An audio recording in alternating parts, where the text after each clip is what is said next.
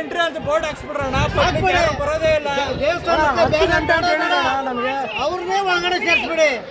ಮಾಧ್ಯಮದವ್ರ ಮುಂದೆ ನಿಮ್ಗೆ ಹೇಳ್ತಾ ಇದೀವಿ, ಅವ್ರನ್ನೇ ಒಳಗೆ ಸೇರಿಸ್ಬಿಡಿ. ಹಣ ಕಷ್ಟಪಟ್ಟು ದುಡಿಯೋದು ನಾವು, ಬೇಳೆ ಬೇಯಿಸ್ಕೊಂಡು ತಿಂತಾರದು ಅವರು. ಅವ್ರು ಆರಾಮಾಗಿರ್ಬೇಕು, ನಾವು ಕಷ್ಟಪಡ್ಬೇಕು. ವೇಪ್ಗಳ ಹತ್ರ 500 ರೂಪಾಯಿ ವಸೂಲಿ ಮಾಡ್ತಾರೆ ನೀವು. 50 ಜನ ಹೋಗ್ತಾರಲ್ಲ, ಒಬ್ಬರು ಬೇರೆ 500 ರೂಪಾಯಿ ಕರೆಕ್ಟ್ ಮಾಡಿ ಬಿಡ್ರಿ. ಡೈರೆಕ್ಟ್ ಆಗಿ ನೋಡ್ತೀನಿ ನಾನು. ನೀರು ಕೊಡೋ ವ್ಯವಸ್ಥೆ ಇಲ್ಲ ಅಂತ ಪರಿಸ್ಥಿತಿ ಆಗಿದೆ. ಒಂದು ನೀರಿಲ್ಲ ಅಣ್ಣ. ಯಾರು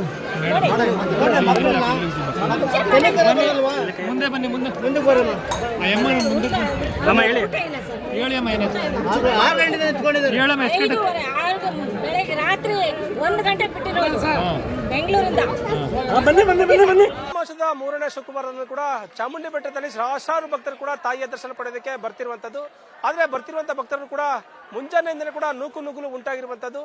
ಅಂದ್ರೆ ಸರದಿ ಸಾಲಿನಲ್ಲಿ ಬರುವಂತಹ ಭಕ್ತಾದಿಗಳಾಗಿರ್ಬೋದು, ಮತ್ತೆ VIP ಸಾಲಿನಲ್ಲಿ ಬರುವಂತಹ ಭಕ್ತಾದಿಗಳ ಕೂಡ ಸಾಕಷ್ಟು ನೂಕುನುಗ್ಗಲು ಉಂಟಾಗಿ ಕೂಡ ಸಾಕಷ್ಟು ಜನರಿಗೆ ಸಮಸ್ಯೆ ಆಗ್ತಿರುವಂತದ್ದು. ಈಗ ನಾವು ನೋಡಬಹುದು, ಚಾಮುಂಡಿ ಬೆಟ್ಟದಲ್ಲಿ 3ನೇ ಆಷಾಢ ಶುಕ್ರವಾರ ಮಾಸದಂದು ಕೂಡ ತಾಯಿಯ ದರ್ಶನ ಪಡೆಯೋದಕ್ಕೋಸ್ಕರವಾಗಿ ಕೂಡ ರಾಜ್ಯಗಳಿಂದ ಭಕ್ತರ ದಂಡೆ ಬಂದಿರುವಂತದ್ದು. ಆದ್ರೆ ಭಕ್ತರ ಸಂಖ್ಯೆ ಹೆಚ್ಚಾಗಿರುವಂತಹ ಹಿನ್ನೆಲೆಯಲ್ಲಿ ಕೂಡ ನೂಕುನುಗ್ಗಲು ಉಂಟಾಗಿರುವಂತದ್ದು. ಸ್ಥಳಕ್ಕೆ ಜಿಲ್ಲಾಧಿಕಾರಿಗಳು ಮತ್ತೆ DCPಗಳಾದಂತಹ ಅವರು ಕೂಡ ಬಂದು ಸ್ಥಳದಲ್ಲಿ ಬಂದು ಜನರನ್ನ ಹೇಗೆ ಒಲೆ ಕಳಿಸಬೇಕು, ಮತ್ತೆ ಜನರನ್ನ ಹೇಗೆ ಸರದಿ ಸಾಲಿನಲ್ಲಿ ಕಳಿಸಬೇಕು ಅನ್ನೋದನ್ನು ಕೂಡ ಚರ್ಚೆ ಮಾಡಿ ಜನಗಳನ್ನ ನಿಭಾಯಿಸುವಂತ ಕೆಲಸವನ್ನ ಮಾಡ್ತಿದ್ದಾರೆ. ಪೊಲೀಸ್ನವರು ಕೂಡ ಅದೇ ರೀತಿಯಾಗಿ ಕೂಡ ಎಲ್ಲರೂ ಸಿಬ್ಬಂದಿಗಳು ಎಲ್ಲರೂ ಕೂಡ ಜನಗಳ ಆಗ್ಲೇ ಬೆಟ್ಟದ ತಪ್ಪಲಿಗೆ ಗರ್ಭಗುಡಿಯ ಪಕ್ಕದಲ್ಲಿರುವಂತಹ ಒಂದು ಬ್ಯಾರಿಕೇಡ್ ನ ನುಕ್ಕೊಂಡು ತಳ್ಕೊಂಡು ಬಂದು ಇಲ್ಲೆಲ್ಲರೂ ಕೂಡ ಇಲ್ಲಿ ನಿಂತಿದ್ದಾರೆ. ಅದರಲ್ಲಿರುವಂತಹ ಜನರನ್ನ ಯಾವ ರೀತಿಯಾಗಿ ಒಳಗಡೆ ಕಳಿಸಬೇಕು ಎಂಬುದನ್ನು ಕೂಡ ಇಲ್ಲಿನ ಸ್ಥಳೀಯ ಪೊಲೀಸರಿಗೆ ಗೊತ್ತಾಗ್ತಾ ಇಲ್ಲ. 2,000 ಟಿಕೆಟ್ ನ ಪಡೆದುಕೊಂಡು ಬಂದು ಸರದಿ ಸಾಲಿನಲ್ಲಿ ಬಂದು ಈಗಾಗಲೇ ಒಳಗಡೆ ಸೇರಿದ್ರೆ ಅವರು ಕೂಡ ಮುಂಜಾನೆ ಒಂದು 5 ಗಂಟೆಗೆ ಬಂದು 6 ಗಂಟೆಗೆ ಬಂದು ಸರದಿ ಸಾಲಿನಲ್ಲಿ ನಿಂತಿದ್ದಾರೆ. ಆದ್ರೆ ಇಲ್ಲಿವರೆಗೂ ಕೂಡ ಕೆಲವು ಭಕ್ತಾದಿಗಳಿಗೆ ಇನ್ನೂ ಕೂಡ ದರ್ಶನ ಪಡೆದಿರುವಂತದ್ದು ಒಂದು ದುರದೃಷ್ಟಕರ ಅಂತ ಹೇಳ್ಬೋದು. ಅಂದ್ರೆ 3 ಭಾಗಗಳಲ್ಲಿ, ಅಂದ್ರೆ ಬಸ್ಗಳ ಮುಖಾಂತರವಾಗಿ ಮತ್ತೆ ಮೆಟ್ರೋಗಳ ಮುಖಾಂತರವಾಗಿ ಮತ್ತೆ 2,000 ಟಿಕೆಟ್ ಅನ್ನ ಪಡೆದು ಬರ್ತಿದ್ದಾರೆ. 300 ರೂಪಾಯಿ ಟಿಕೆಟ್ ಅನ್ನ ಪಡ್ಕೊಂಡು ಭಕ್ತಾದಿಗಳು ಬಂದಿರುವಂತದ್ದು.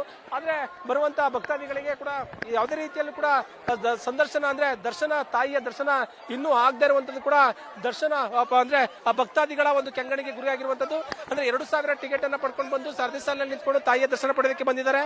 ಆದ್ರೆ ಇನ್ನೂ ಕೂಡ ದರ್ಶನ ಆಗದೆ ಇರುವಂತದ್ದು ಕೂಡ ಭಕ್ತಾದಿಗಳ ಆಕ್ರೋಶವಾಗಿರುವಂತದ್ದು. ಕೆಲವು ಭಾಗಗಳಲ್ಲಿ ಕೂಡ ಸರದಿ ಸಾಲಿನಲ್ಲಿ ಸಾರ್ವಜನಿಕರು ಬರ್ತಿದ್ದಾರೆ, VIPಗಳು ಬರ್ತಿದ್ದಾರೆ. VIP ಸಾಲಿನಲ್ಲಿ ಕೂಡ ಹೆಚ್ಚು ಜನರು ಬಂದಂತ ಹಿನ್ನೆಲೆಯಲ್ಲಿ ಕೂಡ ನೂಕುನುಗ್ಗಲು ಉಂಟಾಗಿದೆ. ಈ ಹಿನ್ನೆಲೆ ಕೂಡ ಸಾರ್ವಜನಿಕರು ಆಕ್ರೋಶವನ್ನ ವ್ಯಕ್ತಪಡಿಸ್ತಿರುವಂತ ನೋಡಬಹುದು. ಈಗ ಸ್ಥಳೀಯರು ಅಂದ್ರೆ 2,000 ಟಿಕೆಟ್ ಅನ್ನ ಪಡ್ಕೊಂಡು ಬಂದಿರುವಂತಹ ಸ್ಥಳೀಯರಿಗೆ ಅವ್ರನ್ನ ಕೇಳ್ಕೊಳ್ತಿದ್ದಾರೆ. ಆಕ್ರೋಶ ಅಲ್ಲ, ಮೋಸ.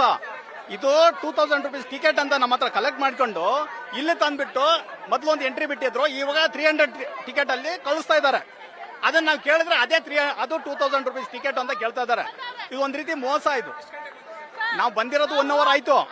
1 ಅವರ್ ಪ್ರಶ್ನೆ ಅಲ್ಲಿ 1 ಅವರ್ ನಿಲ್ಲಿಸಿದ್ರು ಬಸ್ ಹತ್ಕೊಂಡು, ಅಲ್ಲಿ ತಂದು ಇಲ್ಲಿ ಕರ್ಕೊಂಡು ಬಂದ್ಬಿಟ್ರು. ಈಗ 2,000 ರೂಪೀಸ್ ಸಪರೇಟ್ ಲೈನ್ ಇತ್ತು. ಅದನ್ನ ಈಗ ಸ್ಟಾಪ್ ಮಾಡ್ಕೊಂಡು VIPಗಳು VIP ಚೀಲಗಳನ್ನ ಒಳಗಡೆ ಬಿಡಕ್ಕಾಗಿ ನಮ್ಮನ್ನ 300 ರೂಪೀಸ್ ಕ್ಯೂದಲ್ಲಿ ಬಿಡ್ತಾ ಇದಾರೆ. 300 ಮಿನಿಮಮ್ 8 ಅವರ್ ಬೇಕು. ಬಂದಿದ್ದೀನಿ ಸರ್, 3 ವಾರನು 2,000 ಕೊಟ್ಟ ಬಂದಿದ್ದೀನಿ. ನಾನು ಫಸ್ಟ್ ವಾರ ಬಂದಾಗ ಸ್ಟ್ರೈಟ್ ಬಿಟ್ರು. ಹೋದ್ ವಾರ ಬಂದಾಗ ಟಿಕೆಟ್ಗಿಂತ ಹೆಚ್ಚಾಗಿ ಪರ್ಮಿಷನ್ ತಗೊಂಡು ಬಂದವರೇ ಜಾಸ್ತಿ ಇದ್ರು. ಇಲ್ಲಿ ಬಪ್ಪ ಇಟ್ಕೊಂಡು ನೋಡ್ತಿದ್ರು. ಅವ್ರನ್ನ ನಾನು ಕೇಳ್ದೆ, ಸರ್ ಯಾಕೆ ಬಿಡ್ತಾ ಇದ್ದೀರಾ ಹಂಗೆ ಅಂತ. ನಮ್ಮನ್ನ ಏನಮ್ಮ ಕೇಳ್ತೀಯ, ಮುನ್ಗಡೆ ನಿಂತವ್ರಲ್ಲ ಅವ್ರನ್ನ ಕೇಳಿ ಅಂದ್ರು. ಇವತ್ತು ಬರ್ಬೇಕಾದ್ರೆ ಮುನ್ಗಡೆ ನಿಂತಿರೋರ್ನ ಕೈ ಮುಗಿದ್ ಕೇಳ್ಕ ಬಂದೆ. ಸರ್ ನಾವು ಅರ್ಜೆಂಟ್ ಆಗಿ ಹೋಗಕ್ಕೆ 2,000 ಕೊಟ್ಟು ಟಿಕೆಟ್ ತಗೊಂಡ್ ಬಂದಿದ್ದೀವಿ, ಟಿಕೆಟ್ ಇಲ್ದೆ ಆದವ್ರನ್ನ ಬಿಡಬೇಡಿ ಅಂತ ಹೇಳ್ದೆ. ಆದ್ರೂ ಅಷ್ಟು ಜನ, ಅರ್ಧ ಜನ ಅಲ್ಲೇ ಅವ್ರೆ ಸರ್, ಟಿಕೆಟ್ ಇಲ್ದೆ ಆದವ್ರು ಅವ್ರೆ ಸರ್. ಇಲ್ಲಿ ಕೆಲವು ಜನರು ಕೂಡ ಟಿಕೆಟ್ ಅನ್ನು ಪಡ್ಕೊಂಡು ಬಂದಿದ್ದಾರೆ. ಬರುವಂತ ಭಕ್ತಾದಿಗಳು ಕೂಡ ಇನ್ನೂ ಕೂಡ ದರ್ಶನ ಆಗದಿಲ್ಲ. ಸರ್ ಈಗ ಏನ್ ಸಮಸ್ಯೆ ಆಗಿದೆ ಸರ್? 2,000 ಟಿಕೆಟ್ ತಗೊಂಡು ಬಂದಿದ್ದಾರೆ, ಹೇಗೆ ಅಂತ? ಹೌದು ಸರ್, ನಾವು 2,000 ರೂಪಾಯಿ ಟಿಕೆಟ್ ತಗೊಂಡು ಬಂದಿದ್ರೆ, ಬಟ್ ಇಲ್ಲಿ ಬಂದಾಗ ಏನಂದ್ರೆ 300 ರೂಪಾಯಿ ಟಿಕೆಟ್ ಅಲ್ಲಿ ಕಳಿಸ್ತಾ ಇದಾರೆ ಸರ್. ನಮ್ಮನ್ನ ಬೆಳಗ್ಗೆ 10:30 ವೇಟ್ ಮಾಡ್ತಾ ಇದ್ದೀನಿ. ಅವ್ರಿಗೆ ಬೇಕಾದವ್ರನ್ನ ಮಿನಿಸ್ಟರ್ ಅವ್ರ ಮಕ್ಕಳನ್ನ ಅವ್ರ ಫ್ಯಾಮಿಲಿ ಈಸಿಯಾಗಿ ಮುಂದೆ ಬಿಡ್ತಾ ಇದಾರೆ. ನಾವು 2,000 ರೂಪಾಯಿ ಟಿಕೆಟ್ ಇಂದ ಇಲ್ಲಿ ಕಾಯ್ತಾ ಇದ್ದೀರಿ. ಯಾಕೆ ಸರ್ ಹಿಂಗ್ ಮಾಡಿದ್ರೆ ನೀವು ವಾಪಸ್ ಹೋಗಿ ಅಂತಾರೆ ಸರ್. ಈಗ ಸರ್ಕಾರ ನಡೆಸ್ತಾ ಇಲ್ಲ ಸರ್, ಇವ್ರು ಬಿಸ್ನೆಸ್ ಮಾಡ್ಕೊಂಡ್ಬಿಟ್ಟಿದ್ದಾರೆ ಇಲ್ಲಿ ದೇವಾಲಯದಲ್ಲಿ. ಸರ್ಕಾರ ನಡೆಸಕ್ಕೆಲ್ಲ ಗ್ಯಾರಂಟಿ ದುಡ್ಡು ಹೋಗ್ತಾ ಇದೆ, ಅವ್ರು ಇಲ್ಲಿ ಬಿಸ್ನೆಸ್ ಮಾಡ್ಕೊಂಡಿದ್ದಾರೆ ಅಷ್ಟೇ. ಅಂತಂದ್ರೆ ಕೆಲವು ಭಾಗಗಳಂದ್ರೆ ಕೆಲವು 5 ಗಂಟೆಗೆ ಬಂದಂತ ಸಂದರ್ಭದಲ್ಲೂ ಕೂಡ ಜನರು ಇನ್ನೂ ಕೂಡ ದರ್ಶನ ಆಗಿಲ್ಲ. 2,000 ಟಿಕೆಟ್ ಅನ್ನ ಪಡ್ಕೊಂಡು ಬಂದು ತಾಯಿಯ ದರ್ಶನ ಮಾಡಲೇಬೇಕು ಎಂಬ ಉದ್ದೇಶದಿಂದ ಕೂಡ 2,000 ಟಿಕೆಟ್ ಅನ್ನ ಪಡ್ಕೊಂಡು ಬಂದು ಇಲ್ಲಿ ಸರದಿ ಸಾಲಿನಲ್ಲಿ ನಿಂತಿರುವಂತದ್ದು. ಒಂದು ಭಾಗದಲ್ಲಿ ಅಂದ್ರೆ ತಾಯಿಯ ದರ್ಶನ ಪಡೆದಕ್ಕೆ 3 ಭಾಗದಲ್ಲಿ ಅಂದ್ರೆ ಮೆಟ್ಟಿಲುಗಳ ಮುಖಾಂತರವಾಗಿ ಆಗಿರ್ಬೋದು, ಮತ್ತೆ ಬಸ್ಗಳಲ್ಲಿ ಬಂದಂತ ಭಕ್ತಾದಿಗಳಾಗಿರ್ಬೋದು, ಮತ್ತೆ 2,000 ಟಿಕೆಟ್ ಮತ್ತೆ 300 ರೂಪಾಯಿ ಟಿಕೆಟ್ ಅನ್ನ ಪಡ್ಕೊಂಡು ಬಂದಂತ ಭಕ್ತಾದಿಗಳಿಗೆ ಇನ್ನೂ ಕೂಡ ದರ್ಶನ ಆಗಿಲ್ಲ. ಮತ್ತೆ ವಿಐಪಿಗಳ ಸಾಲಿನಲ್ಲಿ ಕೂಡ ನಾನು ವಿಐಪಿ ಅಂತ ಹೇಳಿ ಕೂಡ ಹಲವಾರು ಜನರು ಬಂದು ಈಗಾಗಲೇ ಇಲ್ಲಿ ಜಮಾಯಿಸಿರುವಂತದ್ದು. ಇದು ಒಂದು ಸಾರ್ವಜನಿಕರ ಸರದಿ ಸಾಲಿನಲ್ಲಿ ನಿಂತವರಿಗೆ ಕೂಡ ಕೆಂಗಣಿಗೆ ಗುರಿಯಾಗಿರುವಂತದ್ದು. ಸ್ಥಳಕ್ಕೆ ಜಿಲ್ಲಾಧಿಕಾರಿಗಳಾಗಿರ್ಬೋದು, ಡಿವೈಎಸ್ಪಿಗಳಾಗಿರ್ಬೋದು, ಮತ್ತೆ ಎಸಿಪಿ ಎಲ್ಲರೂ ಕೂಡ ಬಂದು ಜನರನ್ನ ನಿಭಾಯಿಸೋದಕ್ಕೆ ಈಗಾಗಲೇ ಇಲ್ಲಿ ಜಮಾಯಿಸಿರುವಂತದ್ದನ್ನ ನಾವು ನೋಡಬಹುದಾಗಿರುವಂತದ್ದು. ಕ್ಯಾಮ್ರಾ ಪರ್ಸನ್ ಹರೀಶ್ ಜೊತೆ ಪ್ರೇಮ್, ಮೈಸೂರು.